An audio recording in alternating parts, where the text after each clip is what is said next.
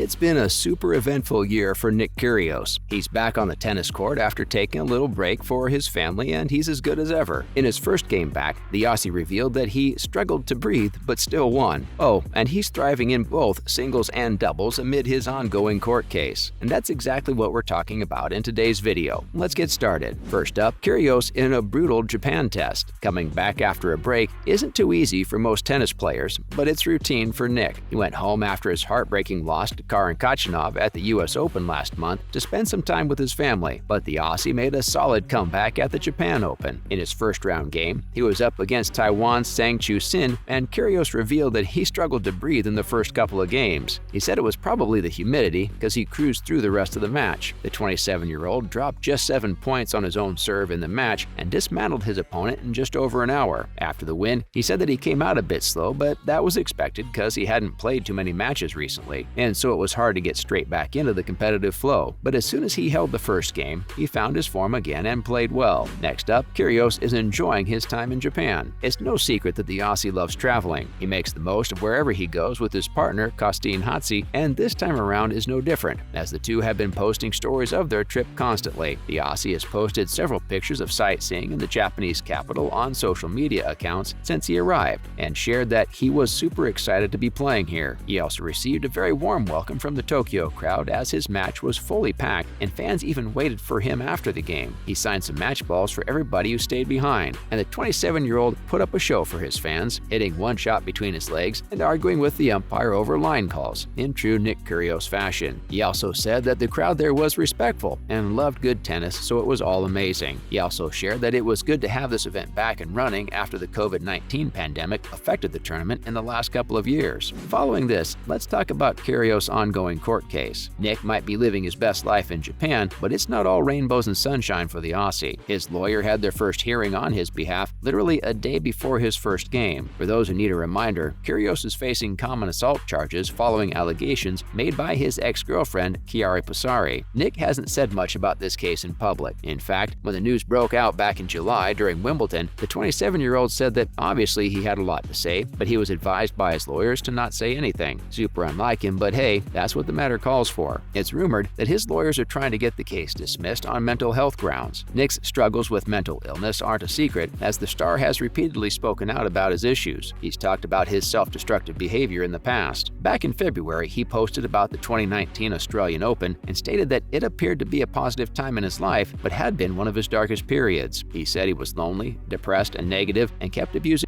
and alcohol. He even pushed away friends and family. Now he's all set to appear in court on February 3, 2023, and we'll know more then. But we hope the true victim gets the justice they deserve. Coming up, Kyrgios pulls off a stunning shot in doubles. We don't know about you guys, but Nick and Thanasi Kokkinakis are our favorite duo in tennis, and the pair are thriving at the Japan Open too. Nick's decision to play doubles has come at the right time, as it's got him in the best form of his life, and it's led to him producing something special over and over again. In the Aussie's first game of the tournament, the Wimbledon finalist salvaged an almost lost point with an incredible shot that went around the net. As expected, it left the fans and commentators stunned. The commentator noted that the 27-year-old really enjoyed that point, and he should. It was a Kyrgios special in Tokyo. Anyone gives him that gap and he will respond. One fan tweeted that it was such shots that made him everybody's favorite. Another said that they stayed up till 3 a.m. just to see him, and he delivered. That's a good decision too. If nothing else, Nick is always super entertaining.